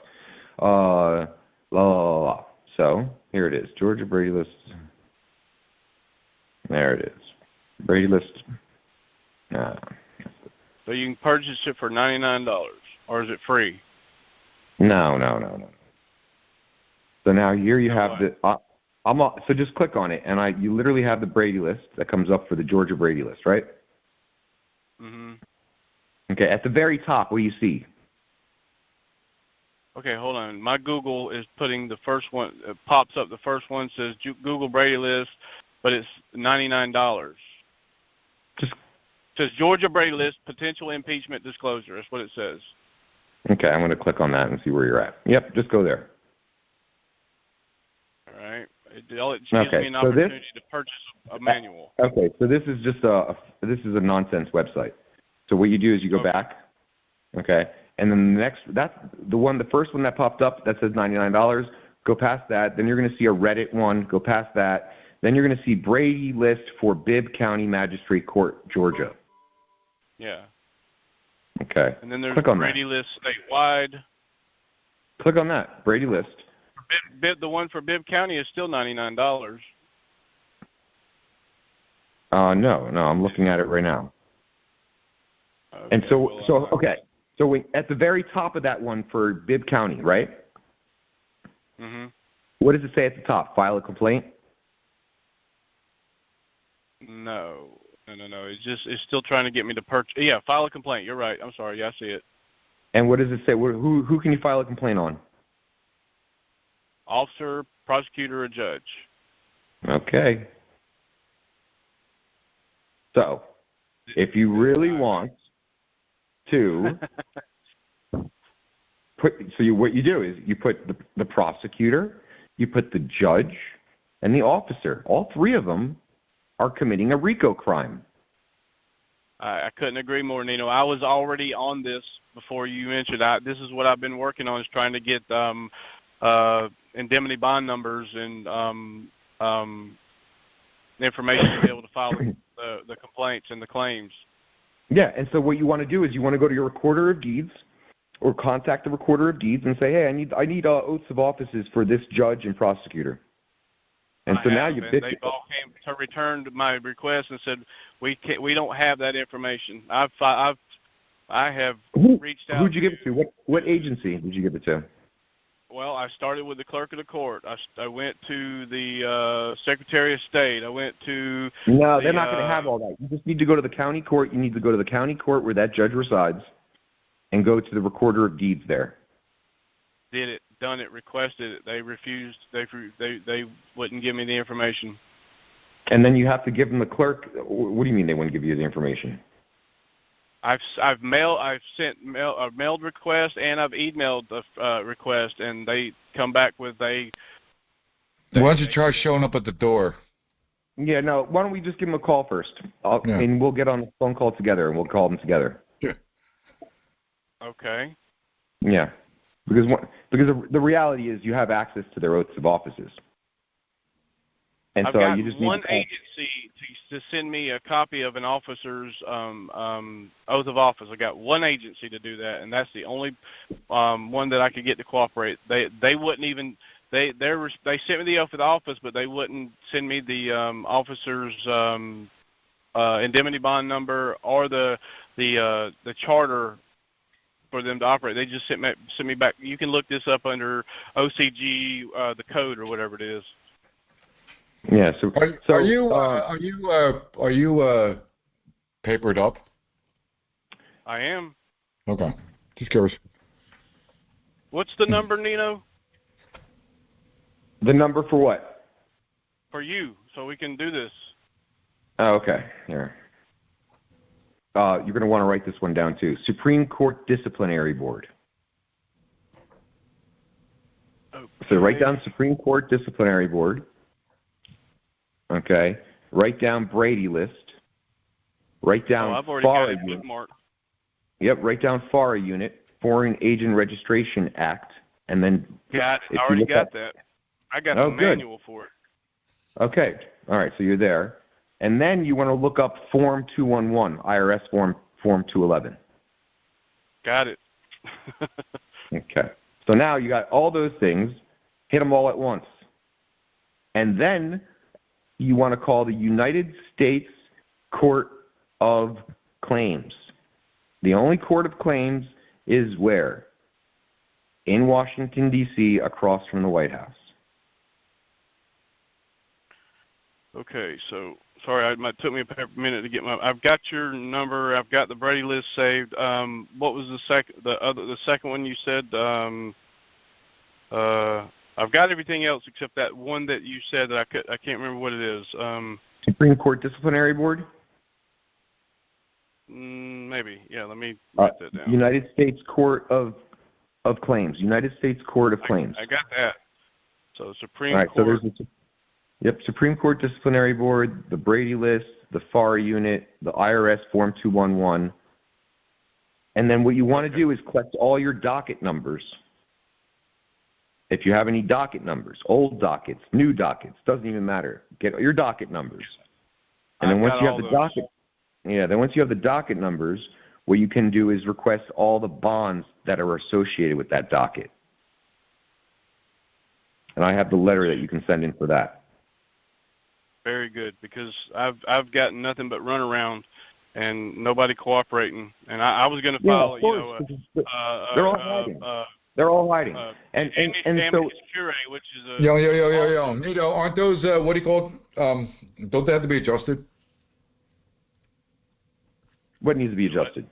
Some of them because they're not of the same status. You gotta be careful. The letter. Yeah, I mean, honestly, the letter. It appears that you're not. No. Hold on. It appears that you're not. You haven't voided anything for fraud yet, have you? Who, me? Yeah. Yes, I have. I emailed it, and then now it got sent out yesterday, and I got tracking numbers showing in that they received it this morning. Okay. All right. So once, and this is for what? A case that is current for you? I mean, yes. Whatever the most recent case that they put me on probation for, and the one before that that they set me up on, but I took all my court documents and did the void for fraud. Okay. So then when you're going to write this letter, we're going to write this letter all in the UCC. That's fine. That's all. Yeah. Hey, just let it stew first, because they just got it today. So you see what happens. Okay? Okay. Yeah, a lot of times people are like, you want instant gratification. That ain't happen. You see what their response is, okay? No, I mean, I want them to quit harassing me and my family. That's what I'm after, so. Well, that's what I said. Let's see what they say. Okay. Yeah, you got 3 days. They're going to have 3 days to get you the notice. What did you require in return? A notice of withdrawal of charges? I did the letter to the judge. I did exactly the process that Eugene shared with everybody. I did it exactly like he said to do it. Okay. So you asked for a notice of withdrawal of charges. Also, I don't know. He said send it to 4 other people and yourself. I sent it to the sheriff. I sent it to the clerk of court. I sent it to the district attorney. I sent it to the judge, and I sent one to myself. Okay. And you addressed the judge, right? Yes. Yes. Okay. I just want to make sure you address the judge. And so in 3 days, you're going to get a notice of withdrawal of charges. Well, they're going to be silent, and they're not going to say squat. Or they're going to be silent and not say squat. And then everything's going to go inactive. Most likely that's what's going to happen. I just know that I can't go home right now because, they're pulling over all my family, pulling over family members that even try to come to my house and question where about my location. Yeah, well, that's got to stop them. That's not. So all you have to do is contact your whole family and say, hey, anybody that's encountered by a police officer, stop and then literally don't and remain silent. And then the only thing you ask them is ask them for their business card. Your job is to collect names. You collect names, we can give you heads. All right.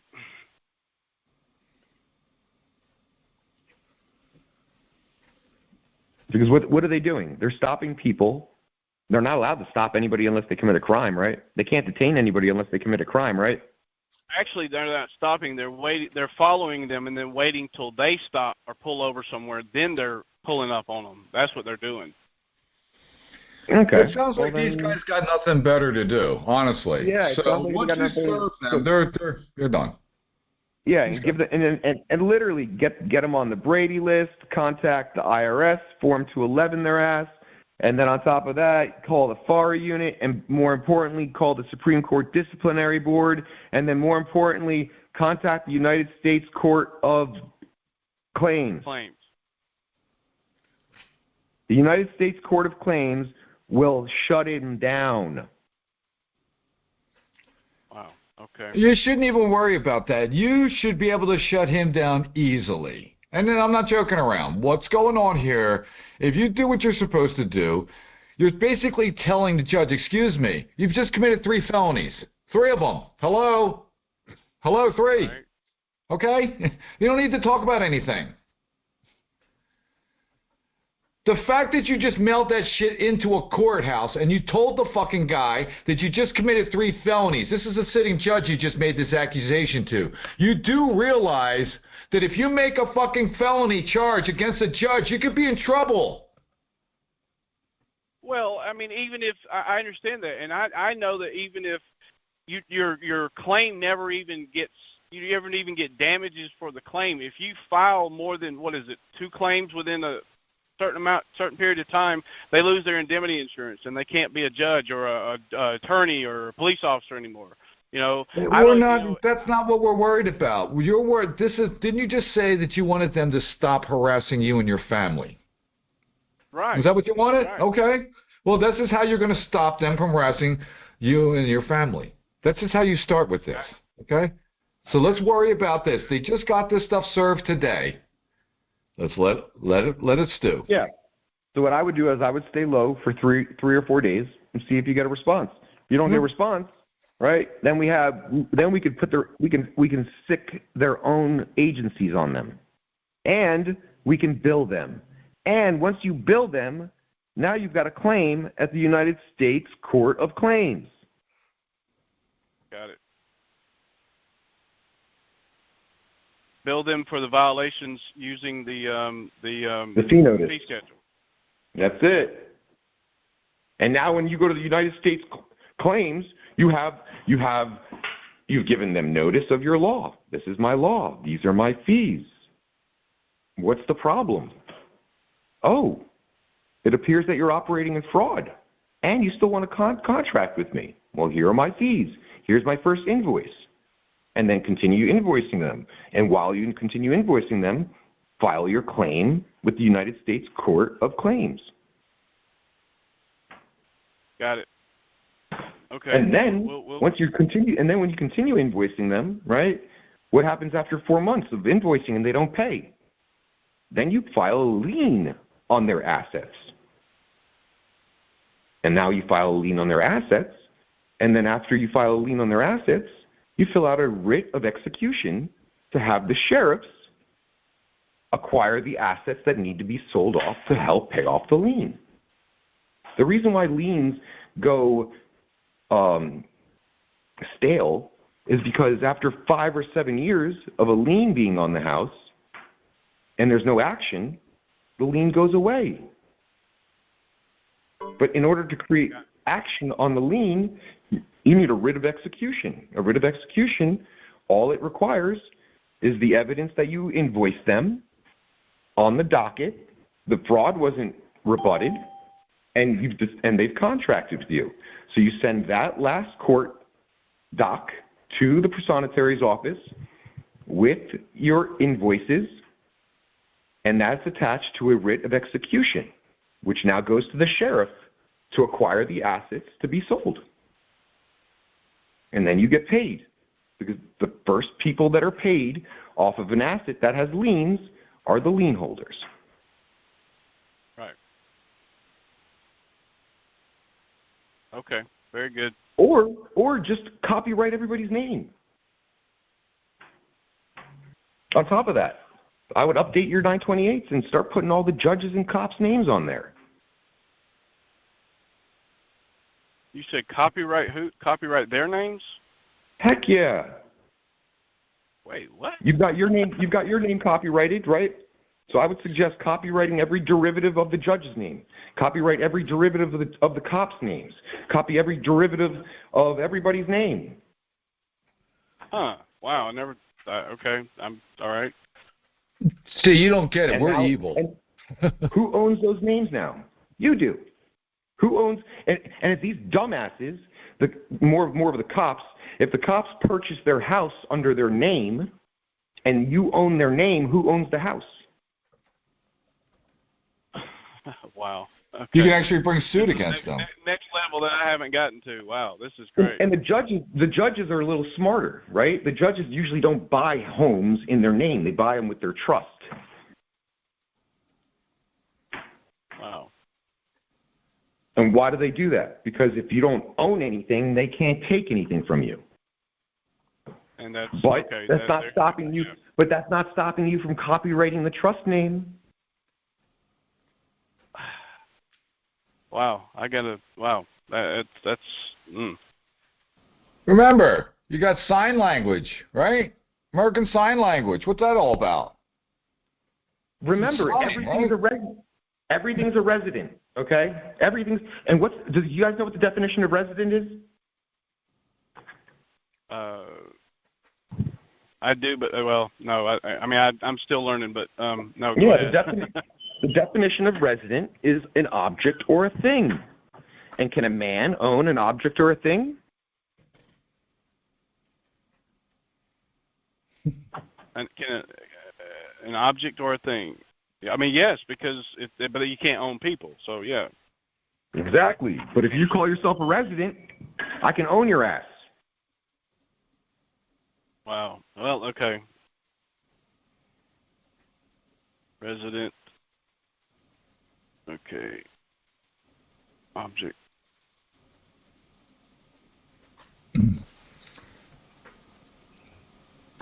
That's what these people calling themselves resident aliens. Okay. Or non-resident alien. There we go. You are a non-resident alien. You know that? Well, what did you say there? You said you're a you're non-resident alien. That's an appropriate thing. Non-resident alien. Because you're not a resident and you're alien. Because you're not a resident and you're alien to all these fucking weirdos. That's actually our designation. You know that, right? You're either called a sovereign or a non-resident alien. Well, I used that term in the in my bond hearing, and they just the judge and the officer just looked at each other and smiled and didn't say another word. They said, "Are you a U.S. citizen?" I said, "No, I'm not a U.S. citizen." They said, "What are you?" I said, "Non-resident alien." They said, no. They said, "What's your address? Where do you reside?" I said, "I don't." "Where do you live?" I said, "Well, I'm a non-resident alien." And they just looked at each other and smiled and said, they just kept ignoring me, man. I'm like, God Almighty. Yeah, what you need to say is that I'm not under the Residency Act. I'm under the Foreign Law Community Act. Yeah, Or you could say, that's private. Where do you live? That's private. You want that information? Here's my fee notice. It's $5,000 for my address. You want a contract? What's your name? That's private. You want my name? Sure. Here's a fee notice for it. Why is his name on his uniform? All right. Well, this was before I did my 928 process, of course, but I still knew what I was doing, and they still, anyway. Yeah, don't ever converse with them, because if you're conversing with them, right, all they're attempting to do is incriminate you by your words. Sure. Right?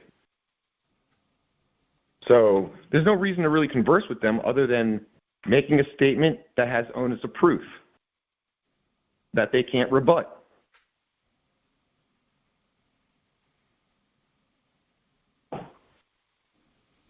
So, yeah, a resident is an object or a thing. Yeah.